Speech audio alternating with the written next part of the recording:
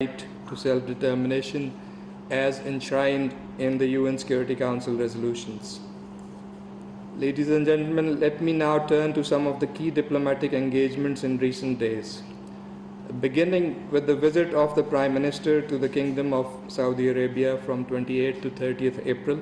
This was his first visit after assumption of office and was reflective of the close historical and brotherly relations between our two countries. The Prime Minister Shehbaz Sharif was accompanied by Foreign Minister Bilawal Bhutto Zardari and a high-level delegation. His Royal Highness Prince Mohammed bin Salman bin Abdulaziz Al Saud, Crown Prince and Deputy Prime Minister, received the Pakistani Prime Minister in Jeddah. You must have seen the comprehensive joint statement that was issued at the conclusion of the visit, which details reassurances of continuous support to Pakistan and its economy, expanding trade and business ties, increasing investment, and creating opportunities for Pakistan's manpower in Saudi Arabia. During the visit, the OIC Secretary General Hussain Brahim Taha also called on the Prime Minister. The Prime Minister noted that as the current chair of OIC CFM, Pakistan would continue to play a constructive role and a proactive role with regard to the matters of interest and concern to the OIC member states. He also thanked the OIC for its steadfast and strong support on the Jammu and Kashmir dispute. From Saudi Arabia, the delegation proceeded to the UAE, where the Prime Minister met with His Highness Sheikh Mohammed bin Zayed Al Nahyan, Crown Prince of Abu Dhabi and Deputy Supreme Commander of UAE Armed Forces. They held extensive consultations on a range of bilateral, regional and international issues. Ladies and gentlemen, since the assumption of office by Foreign Minister Bilawal Bhutto Zardari, there has been a flurry of diplomatic activity.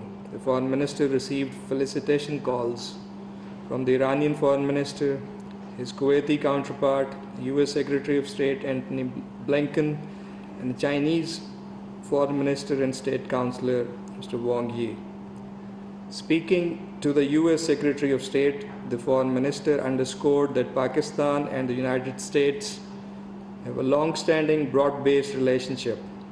He added that constructive and sustained engagement between the two countries on the basis of mutual respect and mutual interest was vital to promote peace, development and security in the region and beyond.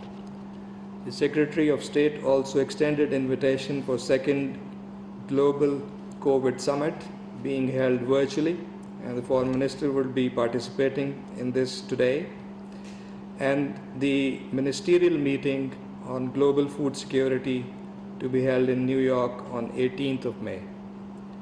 In the virtual meeting with State Councillor and Foreign Minister Wang Yi, the two sides reiterated strong support and commitment to further strengthen the all-weather strategic cooperative partnership and continued support to each other's core national interests. The Foreign Minister underscored his determination to inject fresh momentum in the bilateral strategic cooperative partnership and add new avenues to practical cooperation. Appreciating the transformational impact of CPEC, the Foreign Minister underlined that Pakistan was committed to high-quality development of CPEC and looked forward to fast-tracking key projects and accelerating industrial relocation to Pakistan, especially in CPEC SEZs. Condemning the terrorist attack in Karachi University, in which 3 Chinese teachers lost their lives, the Foreign Minister underlined Pakistan's firm resolve to apprehend the perpetrators and bring them to justice.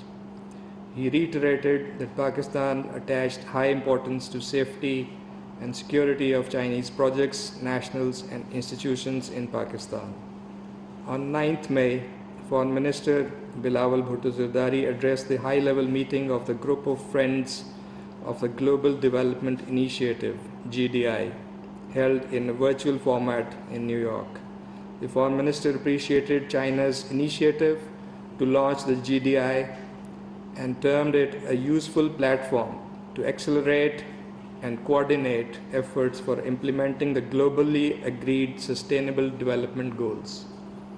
On 10th May, the British High Commissioner and the Chinese Chargé d'Affaires called on Foreign Minister Zardari to convey felicitations. Ladies and gentlemen, during the past 2 weeks, the Minister of State, Hina Rabbani Khar, received Iranian, Cuban, Polish, and Swedish ambassadors and the Canadian High Commissioner. Discussions focused on enhancement of bilateral ties in regional and international issues. On 5th May, MOS Khar participated virtually in the high-level International Donors Conference for Ukraine held in Warsaw, Poland. The Minister of State said that Pakistan continued to call for immediate cessation of hostilities and stressed the need for diplomacy and dialogue for an early negotiated end to the Ukraine conflict.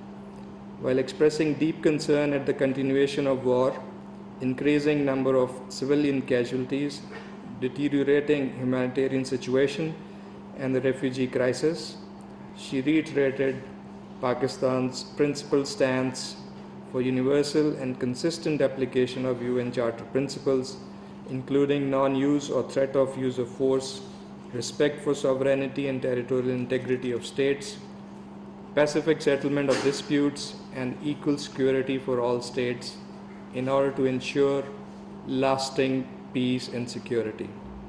Ladies and gentlemen, the government and people of Pakistan expressed deepest sympathies and condolences at the severe flash floods in Afghanistan resulting in loss of precious lives and damage to properties. On instructions of the Prime Minister, 2 plane loads of emergency relief assistance were dispatched on 7th and 11th May. Pakistan also strongly condemned and condoled the terrorist attacks in Mazar-e-Sharif and Kabul on 28th and 29th April, causing loss of precious Afghan lives.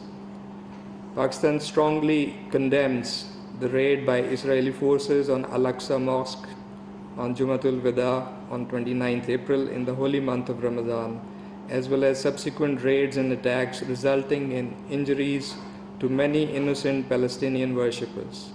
You would have also seen our statement of yesterday on the condemnable killing of journalist Shirin Abu Akleh by Israeli occupation forces. Pakistan calls upon the international community to take urgent action to put an end to the Israeli occupation, which continues to fuel conflict, tension, and instability in the region. We stand in solidarity with the Palestinian people and reaffirm Pakistan's unstinted support for the Palestinian cause. We remain deeply concerned by the rabid Hindutva ideological drive that is being spearheaded by the BJP RSS combined in India and IIOJK. Innocent Kashmiris continue to face unprecedented violence at the hands of Indian occupation forces that operate with impunity in IIOJK. In the last week, 10 Kashmiri youth have been martyred in the so-called cordon and search operations in Kulgam, Bandipur, and Shopian districts. It is deeply deplorable that during the holy month of Ramadan, the Indian occupation forces intensified their repression against innocent Kashmiris. This included the prohibition of congregations of Shab-e-Qadr and Jumatul Wada at Jamia Masjid in Srinagar. Pakistan also condemns in the strongest possible terms the highly deplorable incidents involving playing of Hanuman Chalisa and other Hindu devotional songs on loudspeakers as a counter to the Muslims' call to prayer or azan at various mosques in Indian state of Karnataka. This lays bare the new level of religious radicalism in BJP-ruled India. Pakistan calls upon the Indian government to transparently investigate the incidents of widespread violence against minorities, particularly Muslims, and their places of worship, and take measures to stop such incidents from recurring in future. The Government of India must ensure the safety, security, and well-being of all minorities. Pakistan also calls on the international community to take note of the aggravating situation of Islamophobia in India and play its due role in ensuring the religious freedom and safety of the beleaguered Muslim community in India. I thank you, and I can take your questions. ترجمان دفتر خارجہ آسم افتخار ہفتہ وار briefing دے رہے تھے. انہوں نے کہا کہ مقبوضہ کشمیر میں انسانی حقوق کی پامالی کی شدید مذمت کرتے ہیں. بھارت نے غیر قانونی طور پر 5 اگست 2019 کو مقبوضہ کشمیر کی حیثیت تبدیل کی. حکومت پاکستان بھارت کی تمام رپورٹس کو مسترد کرتی ہے. بھارت مسلسل جنیوا کنونشن کی خلاف ورزی کا مرتکب ہو رہا ہے. انہوں نے کہا کہ وزیر خارجہ بلاول بھٹو زرداری نے سیکرٹری جنرل اقوام متحدہ اور دیگر عالمی اداروں کو اس حوالے سے خط بھی لکھا ہے. خبرنامے میں آگے بڑھتے ہیں. آپ کو بتائیں مسلم لیگ نون کے رہنما خواجہ سلمان رفیق اور خواجہ عمران نذیر نے لاہور میں مشترکہ پریس کانفرنس کرتے ہوئے کہا کہ وزیر اعلیٰ پنجاب محمد حمزہ شہباز کی صدارت میں آج محکمہ صحت کی بہتری کے لیے اہم اجلاس ہوا جس میں ڈینگی کے مسئلے پر بات کی گئی. شہباز شریف نے رول ماڈل بنایا تھا جس کی دیگر ممالک نے بھی تعریف کی. خواجہ سلمان رفیق نے کہا کہ پچھلے دور میں حکمرانوں کی نااہلی کی وجہ سے لوگ جاں بحق ہوئے. آج ہم نے اہم فیصلے کیے ہیں جس میں ڈینگی کے حوالے سے کام شروع کریں گے. ہم پوائنٹ سکورنگ نہیں کریں گے جو عمران خان کی حکومت کرتی رہی ہے. انہوں نے کہا کہ وزیر اعلیٰ کے ساتھ کابینہ کا ہونا ضروری ہے جس کے آئینی اور قانونی تقاضے ہیں. خواجہ سلمان رفیق نے کہا کہ کینسر ایک موذی مرض ہے اور اس کی ادویات کے حوالے سے 2018 تک ہمارا پروگرام بہتر انداز میں چلتا رہا. بدقسمتی سے پچھلے دور میں اس پروگرام میں رکاوٹ ڈالی گئی. خواجہ عمران نذیر نے کہا کہ عمران خان کی انا اور سابق